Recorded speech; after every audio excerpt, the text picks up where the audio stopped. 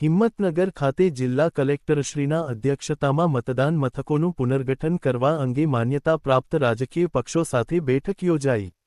સાબરકાંઠા જિલ્લામાં કલેક્ટર શ્રી લલિત નારાયણ સિંઘ સાદુનના અધ્યક્ષસ્થાને તા 1 જાન્યુઆરી 2027ની લાયકાતની તારીખના સંદર્ભમાં મતદાન મથકોનું પુનર્ગઠન કરવા બાબત અંગે માન્યતા પ્રાપ્ત રાજકીય પક્ષો સાથે બેઠક યોજાઈ હતી.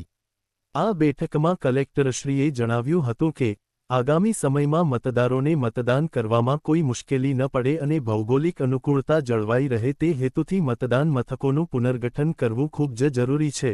તેમણે તમામ પક્ષોના પ્રતિનિધિઓને આ પ્રક્રિયામાં વહીવટી તંત્રને સહયોગ આપવા અને પોતાના રચનાત્મક સૂચનો રજૂ કરવા જણાવ્યું હતું, જેથી કાયદાકીય જોગવાઈઓ અનુસાર આ કામગીરી સમયસર અને પારદર્શક રીતે પૂર્ણ કરી શકાય.